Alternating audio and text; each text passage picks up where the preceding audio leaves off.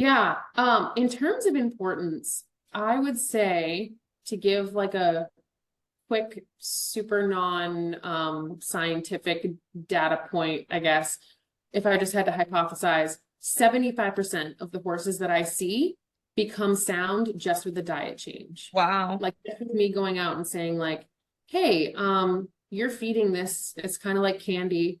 The horse is footsore. Let's remove that and instead give them like some kind of forage cube and minerals. And within a few months, that horse is suddenly like super sound and comfortable and way better ankles Interesting. and healthier sole depth, better frog. So I always joke with my husband that a lot of times I like work myself out of a job because I give the owners the information they need to not need me anymore. Yeah. Um, which is a really great feeling, but also not the best business model, probably. Um, but in terms of diet, I think the most common thing I see is that there's sort of this push of, in a lot of instances, that you know, owners thinking that horses like need a grain. Hmm. I'm not anti-grain, Hmm.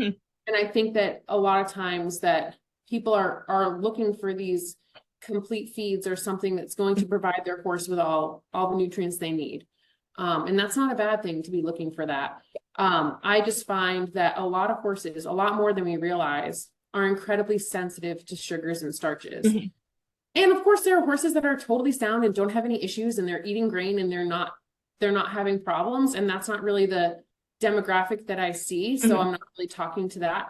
But when horses come to me with hoof issues that are footsore and have thin soles and have crummy frogs and just can't get sound and they're intermittently lame, I almost 100% of the time can say that I cannot get their feet healthier when they're on like a commercial grain.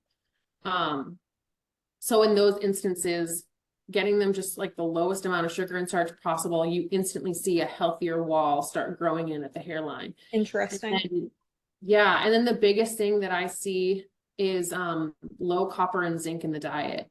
Hmm. There's something like 97% of hay tests around the world are deficient in copper and zinc.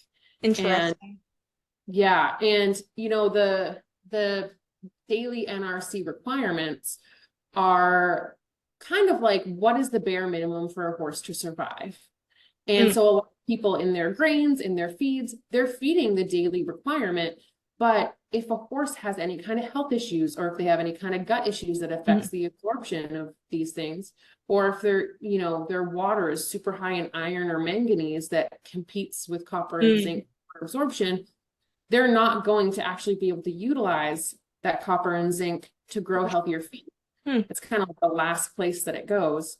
So an increase in copper and zinc is typically like a very safe thing to try to see if you get a Mhm. healthier wall growing down. And it's very safe to add. It's like the safe upper limits are thousands of milligrams, and you would probably not even get a horse to eat that in a day, because it would be so unpalatable.